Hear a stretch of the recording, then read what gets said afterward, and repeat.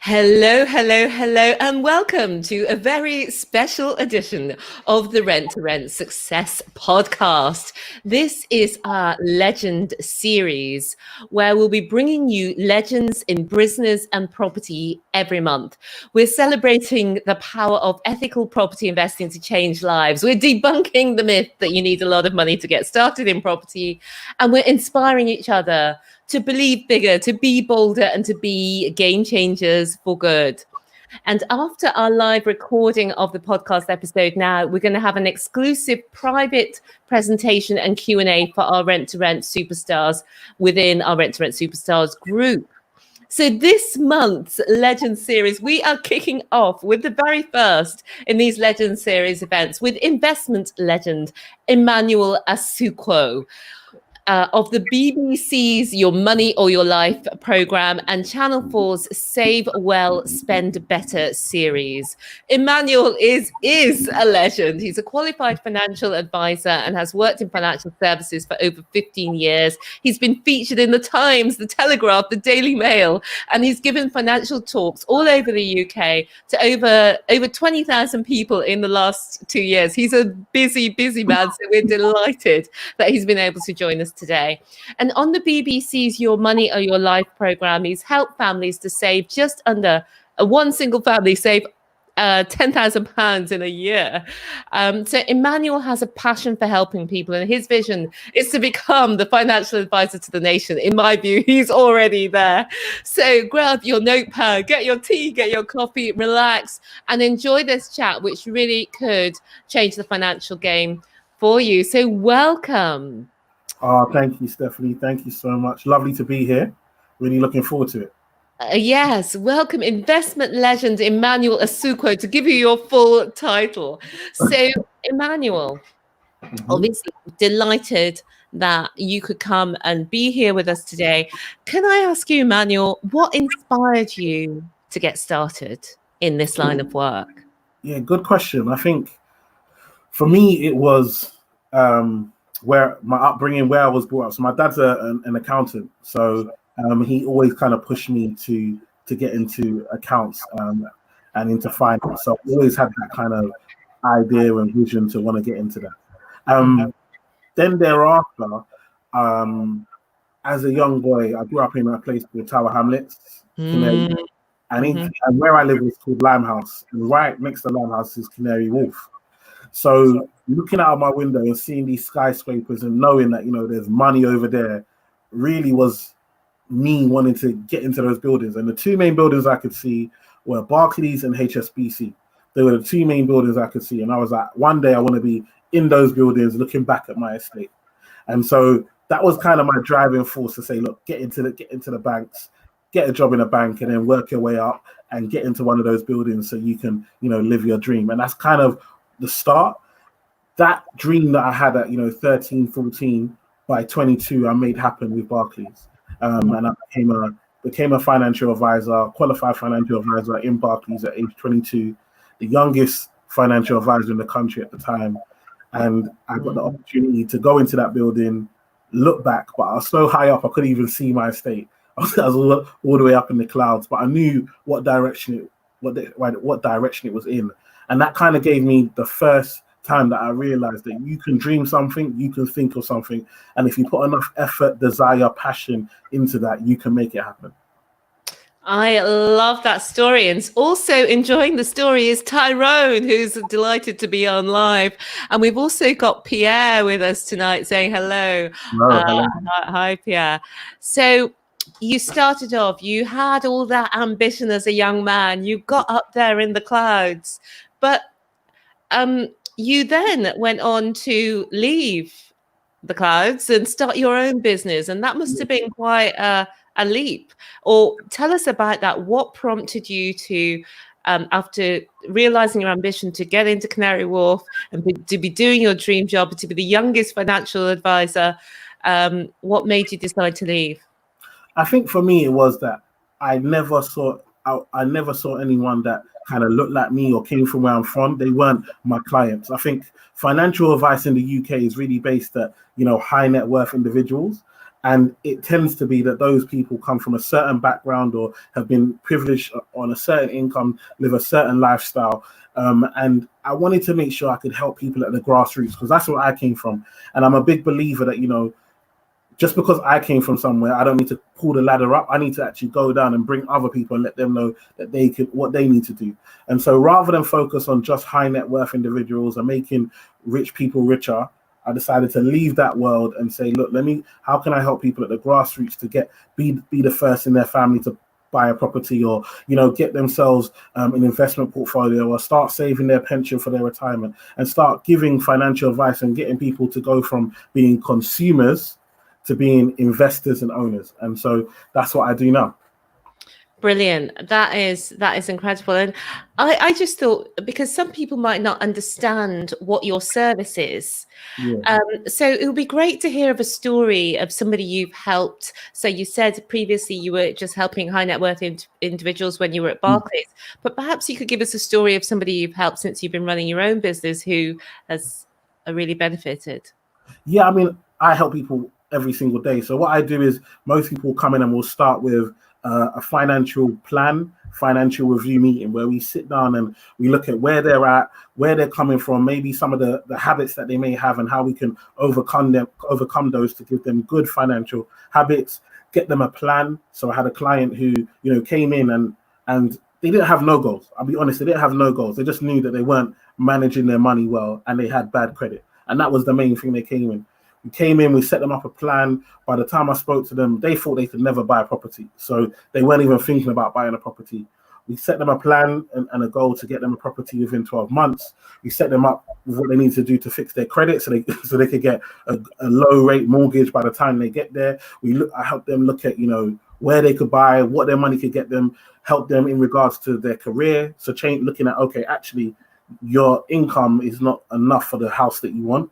So actually, we need to now look at how can we increase your income in the next 12 months so that by the time you come to get the mortgage, you're now able to get the mortgage that you want and buy the house you want, rather than having to buy the only house that you can afford now.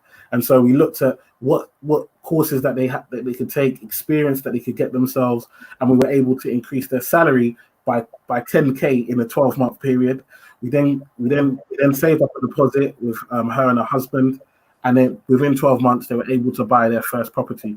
And they are literally the first in their family to buy a house, buy their own place, because their parents' place was cancelled. It was a council house. Wow. I love that your approach is so holistic.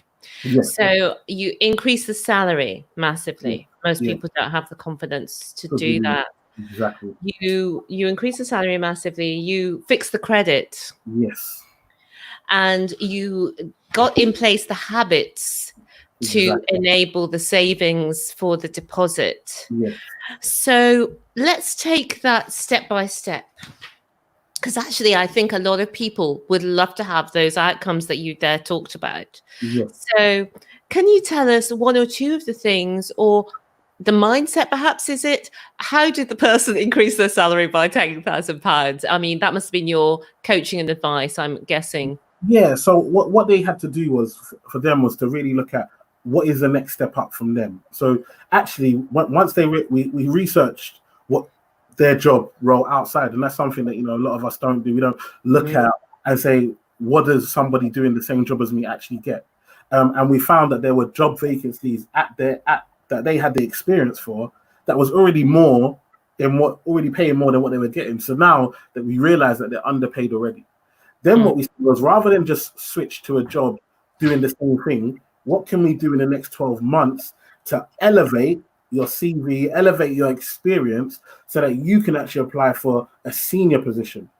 So in fact, they went from not only just getting paid what they were meant to be getting paid, but also getting paid what a senior person would be getting paid. So what we did was we put in place, there was a specific course that they needed at their work. I got them to shadow a senior manager, ask to shadow, so they could then understand what that person's responsibilities were and so forth, and asked to take on some of that responsibility at no additional cost, out at their own expense, and obviously the company were happy for them to step up into that position and support the manager. Not all companies are, but that company was, and so forth. So because of that, she was able to increase her experience, increase her knowledge, and so all of these things we can then document on a CV and say, look, not only have I got the qualification, but I've also got the experience, and this is what I've been doing. And so because of that, when she now applied, she was able to get a higher salary. Wow, I love it. And it's because of your holistic approach. I don't think normally if you go to see a financial advisor, you're going to then be applying for a job. But it was all those little steps that you took. And Tyrone is now commenting, saying that's an amazing and inspiring story. Thanks for sharing that with us. So let's take the second part of that you talked about, was fixing the credit. Yes. So can you give us a few tips on that aspect of it as well? So one of the big things for them was they were leaving balances on their credit card. So let's say that you spent £500. Instead of clearing that straight off, they would leave it and then pay it off over 2 or 3 months, which is fine because obviously you're paying off the debt eventually. But when you want to get into the best credit habit, you want to show them that you can use the money and pay it back within 30 days. So we set up that. But also what we did was we set up direct debits for payments for everything. So even though they were going to pay off the total balance, in case they forgot for whatever reason, there were direct debits there to make sure that at least the minimum payment was paid, so the lender wouldn't have a problem. We also switched. So again, with your car insurance and these type of insurances, home insurance, they let you pay monthly, but actually it's a debt on your credit. And so again, what we did was I got them to pay their car insurance and their home insurance and these type of insurances that normally pay monthly as a one-off lump sum. Number one, we could negotiate that so we could get it cheaper because we're paying up all of it up front rather than on a monthly basis. And so we got them to pay that up front. Also, in regards to what they were paying, we got them to really focus in and cut down their outgoings, so that by cutting down their outgoings, they were able to now save more. They were using their overdraft. That was another big thing. So again, what people don't realize is the behavior. And so one of the things I'm writing a book, and one of the things in the book I talk about is the behavior of credit. And what people don't understand is when they do certain things with credit, they assume that any credit that you use, as long as you pay it back, it will help your credit score. And this is actually not the case. So again, and I'll give a quick example. So if you use a credit card and you pay it off within 30 days, banks, lenders, mortgage providers are very happy for you to do that.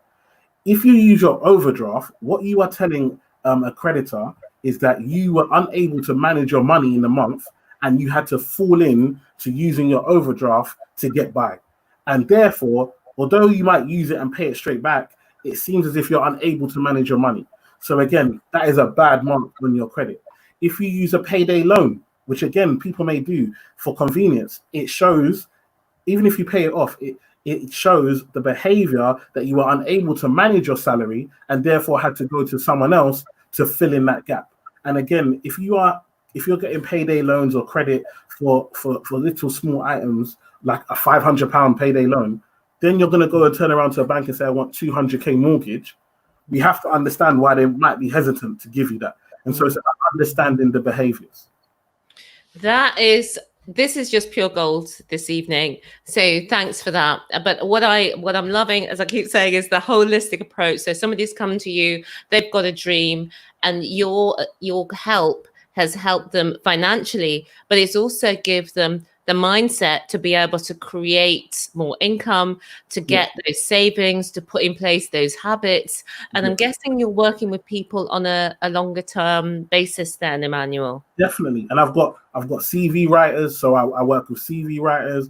I've got solicitors to help with the property. I've got the whole way through. I've got everything around me to help and support people, because I understood that it's more than just, okay, get a mortgage. It's about a mindset. It's about really elevating and understanding the holistic, like you said, the holistic approach. It's that if you go to a mortgage advisor, the average mortgage advisor will tell you earn 25k, this is what you can get. For me, it's like, what house do you want? Sometimes I have to be realistic with people. They might want that 400k, and I have to tell them, listen, you got to start at 200. But Yeah. but it's about having that conversation and explaining to them how they can get to that 400 and what we need to do and the work that needs to go in and are they prepared to make the sacrifices now to get where they want to be. And that's the difference with my clients. I'm not an order taker. I'm not just here to say you want a mortgage, here's a mortgage. I'm about what are your goals, what's your why, what really motivates you, and then let's now put a plan in place to achieve that. And you're asking the questions to help people realize where they want to go. Because a lot of us might be short-sighted.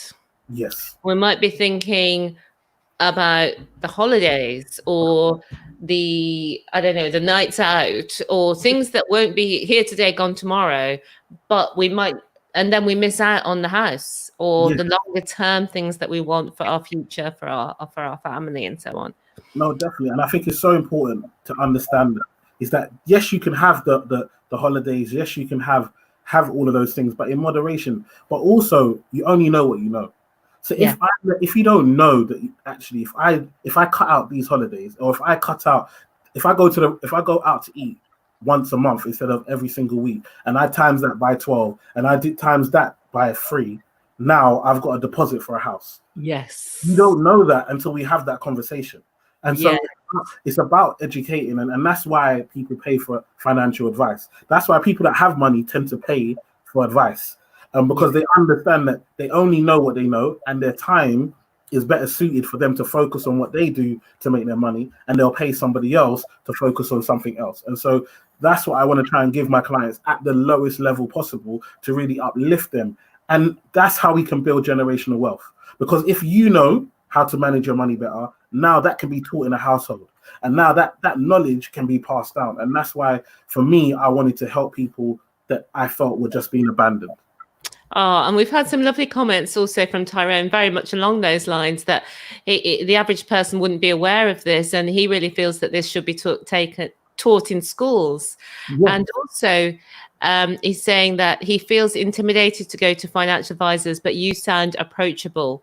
Oh, thank you. I think it should be taught in schools, but I think we also have to remember that debt is a £1 billion industry.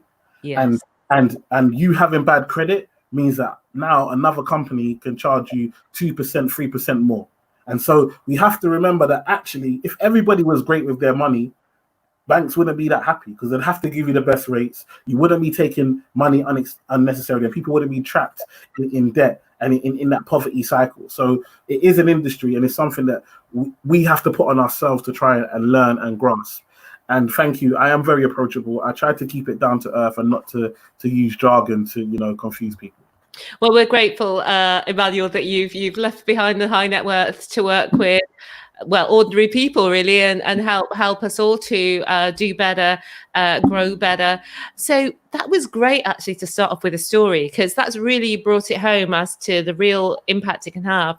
So yeah. What would you say? Because a lot of people who might be come to talk to me about working in rent to rent, but they don't decide to move forward because maybe they feel that their credit is too bad, or they're in a position at the end of each month where there's not enough money for the month. And where would you advise somebody to get started if they were worried about their credit, or if they're finding that their budgeting is not working? I always tell people it sounds like it's hard, but it's very simple. There are 2 things you can do. You can either decrease your outgoings or increase your income. And so the first of all is where we always start, is with decreasing your outgoings. Look at what can we cut? What's our needs versus our want?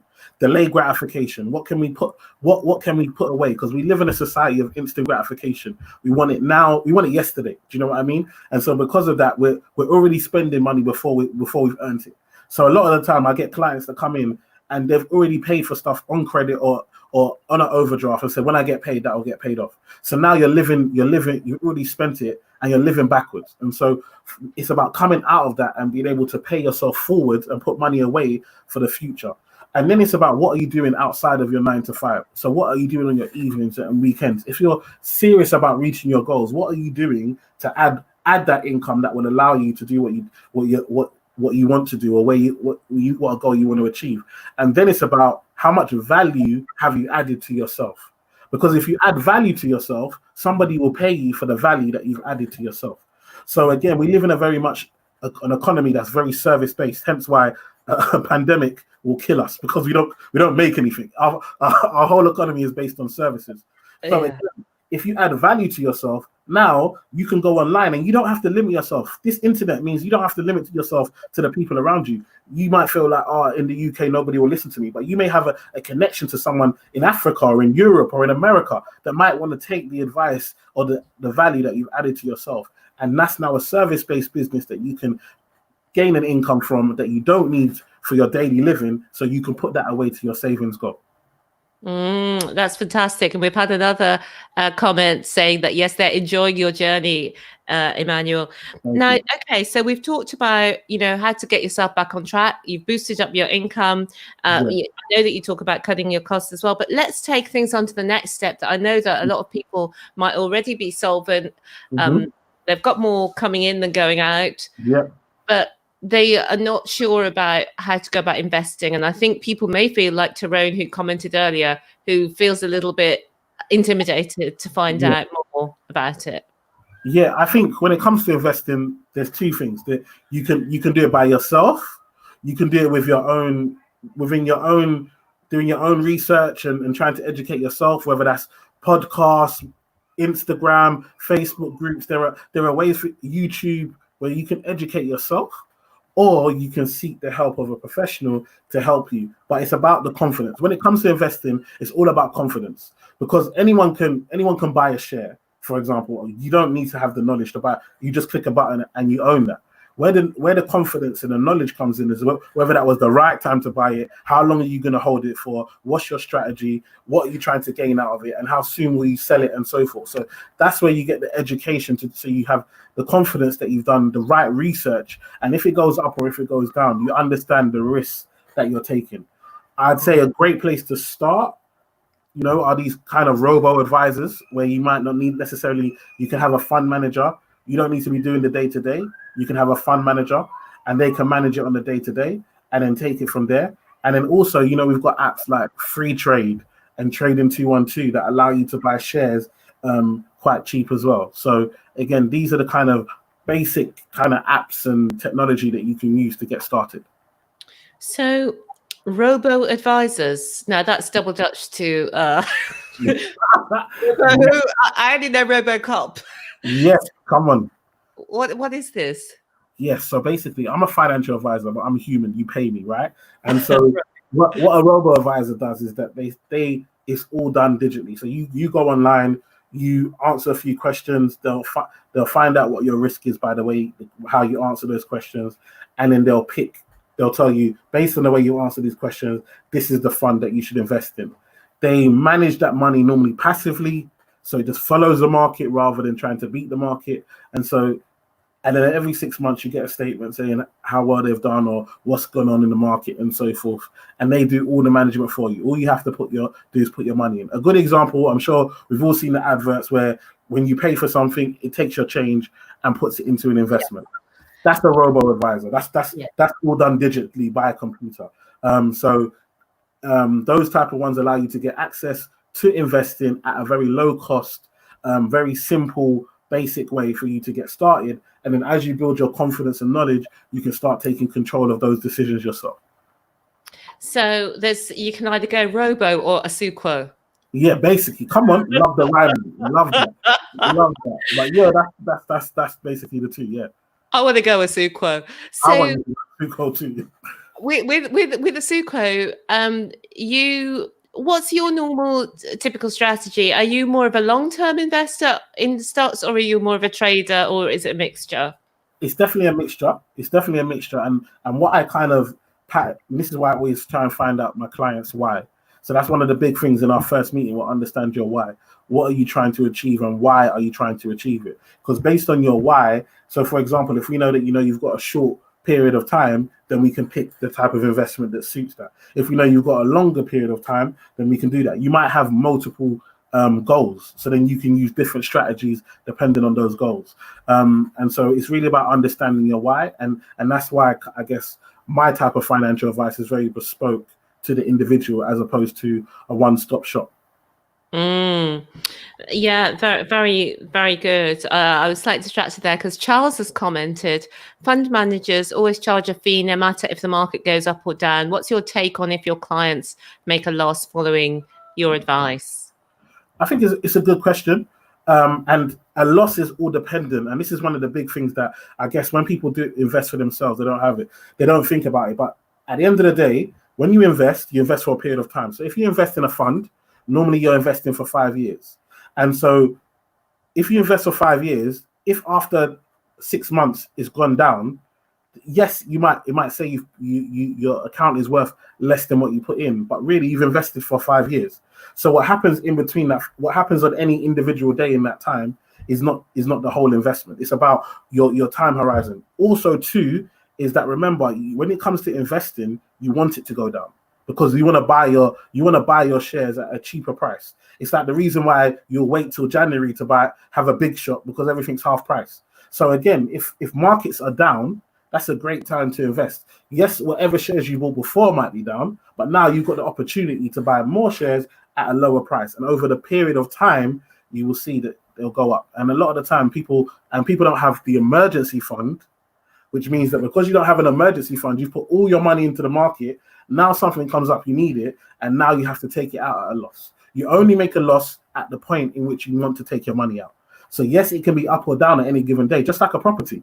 House prices can be up or down at any given time, but it only matters at the time when you want to sell, whether it's up or down. And so it's the exact same thing when it comes to investing in the stock market. That's brilliant. Now, I know that certainly there are certain books that it's great that if people have read them before they start, working in property.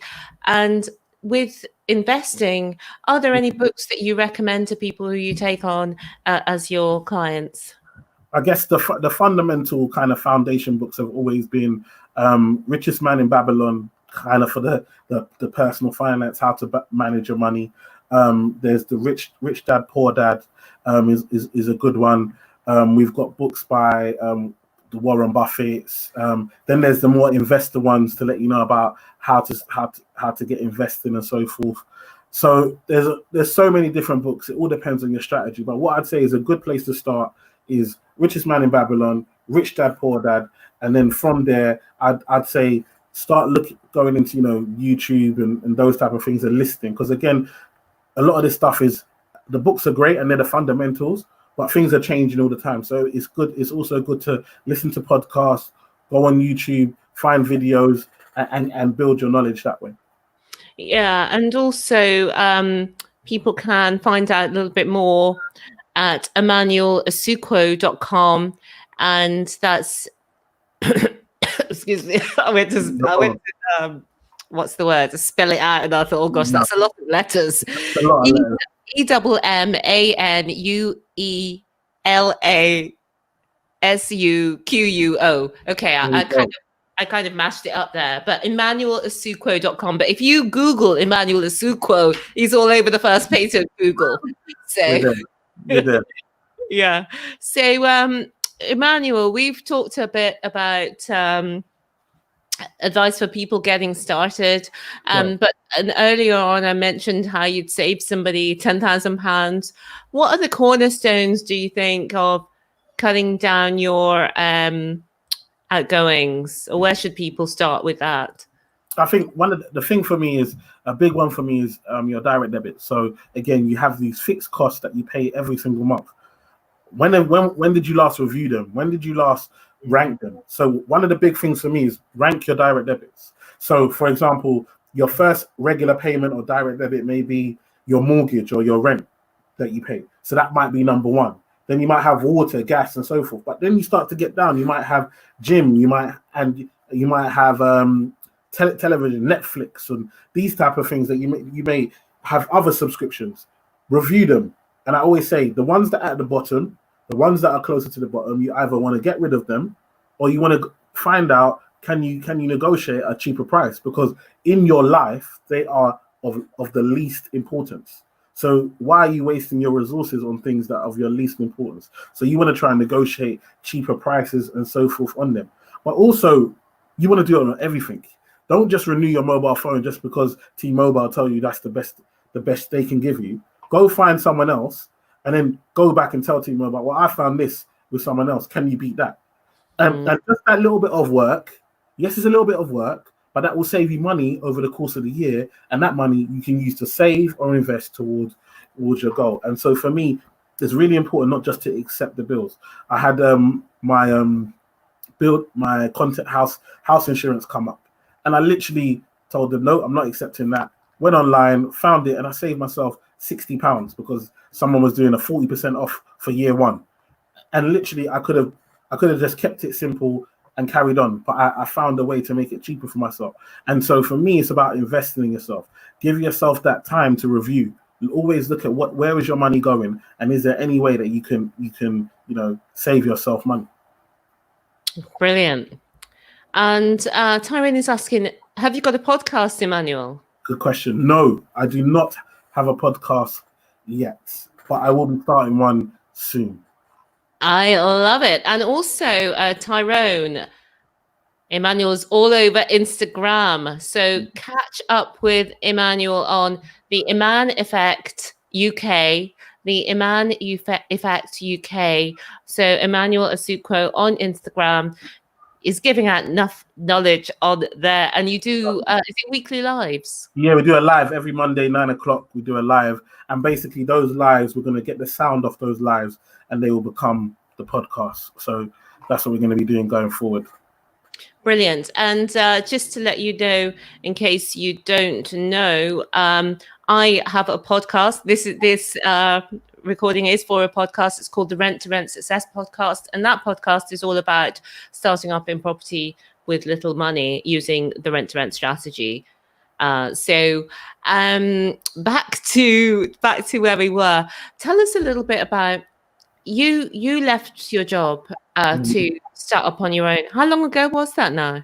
3 years ago. 3 years ago. Wow. And you've blown up. You've been all over the television. Yeah. I see your name everywhere. So tell us a little bit about what your secret is. I will tell you the secret, and anyone can do it. It's called consistency. That is my secret. That is the secret formula to anything that you want to achieve in life, is being consistent. It was a case of continuing to put out great content to the best of my ability, and even when I've only got, when you think it's going to get like 1,000 likes and you get 5, and most of them live in the same house as you, but it's okay. It's okay. Keep going and keep adapting, and don't force. Like, find out, ask questions from those people that you do have interaction with. What do they want to see? What do they want to know about? And adapt. And I've found over time, I found my lane, I found my way, and people appreciate how I do it. I've collaborated over that time as well, and been active, whether it's at events. I remember I used to go out and talk for free. Like, wherever anyone would take me, I'll go out and talk for free. And now I get paid. So it's humble beginnings, but it's about being consistent and continuing to drive, to learn, to continue to read. Like, I never feel like I know it all. I never feel like I know too much. I listen to podcasts, I listen to talks, I watch Instagram lives of other people to pick up and learn, because I'm always trying to learn and being better. And I've got this kind of 1% where I'm always trying to get better each day by 1%. If I can do something 1% better, then I know that every 100 days I'm 100% better. And that's the kind of mentality that I have. I love that. It's the slight edge, and it's just, sometimes it's the small step. It's not the big leap that makes the difference. But when you're doing it every day, you really end up in this radically different place. Because I bet when you, well, maybe you did know, when you left Barclays and you were you hesitant? Good question. I was hesitant because of my wife. My wife was, hello, full-time employment. What are you thinking? Like, do you know what I mean? She was very supportive. Like, she understood, but she was like, are you sure you want to do this now? Should we do it part-time, or do you know what I mean? And yes, there was that part where actually, I had to do it in evening and weekends and build it up before I made the complete, jump and left. But at the same time, I was confident that, this is going to work. And to be honest, I always tell people, I put more hours in the last 3 years, and for most of it, I got less money. I have to be honest. I would have made more money staying being employed because I was good at what I was doing. There's a system. They already bring clients to you. But guess what?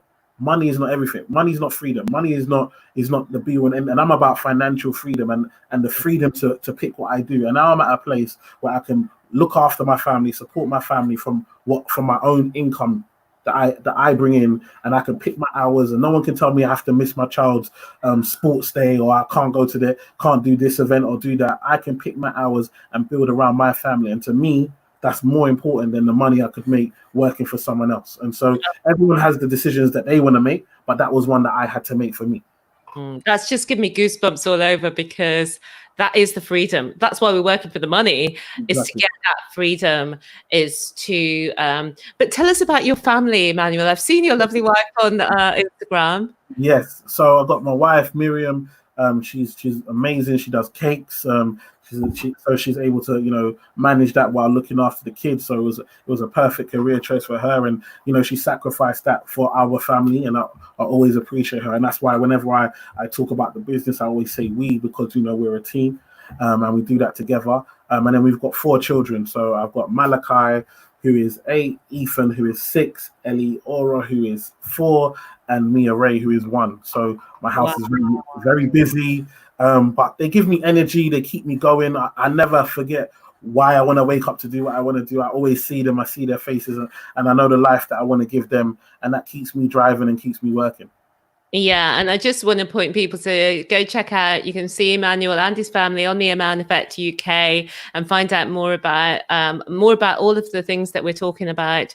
I think it is so important to be able to give yourself the life you want. And with everything that's been happening recently in America and around the world, and the Black Lives Matter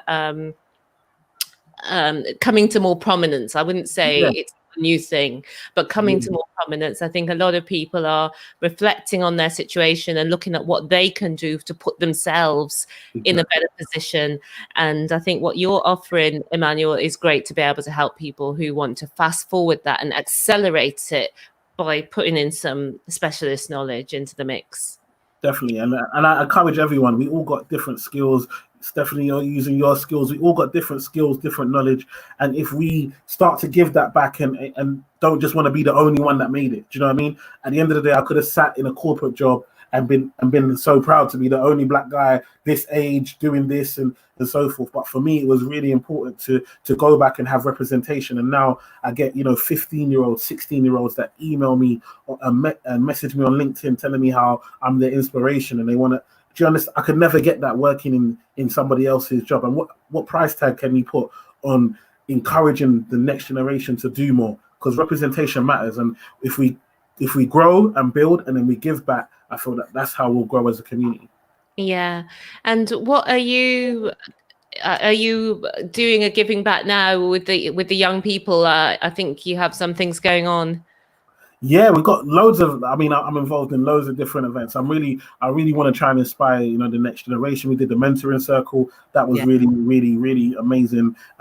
Did the first panel, and then I went back and did on Sunday and did another individual session with them. And I love the energy that young people have, and I really want to give back to them and encourage them to be the best versions of themselves. Because again, like I said, I didn't have necessarily couldn't see that when I was growing up, but if they can see it and I can share the mistakes that I made, and it might have took me 20 years, but now it might only take them 5, and then they can pass that on, and that's how we can all reach success and build and be better.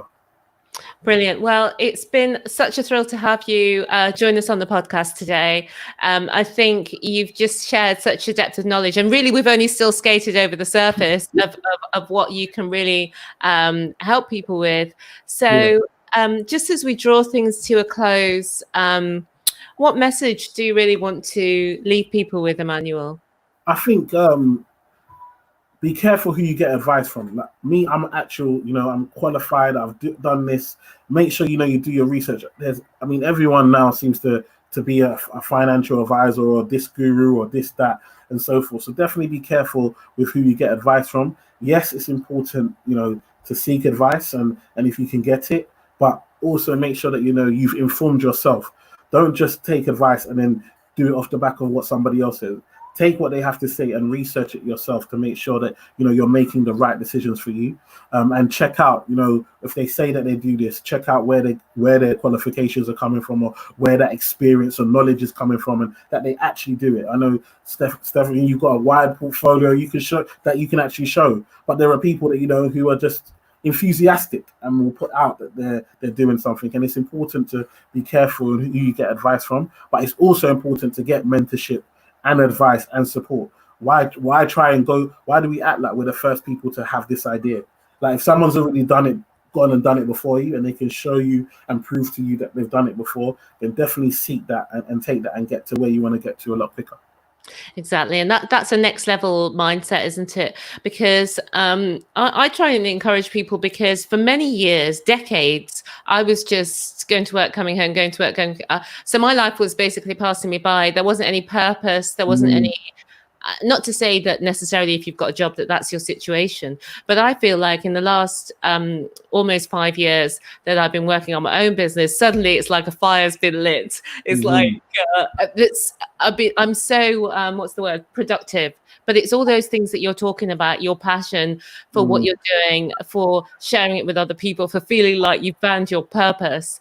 And I just want to, Julian has commented, great show, loved the enthusiasm and insight. Hi, Julian.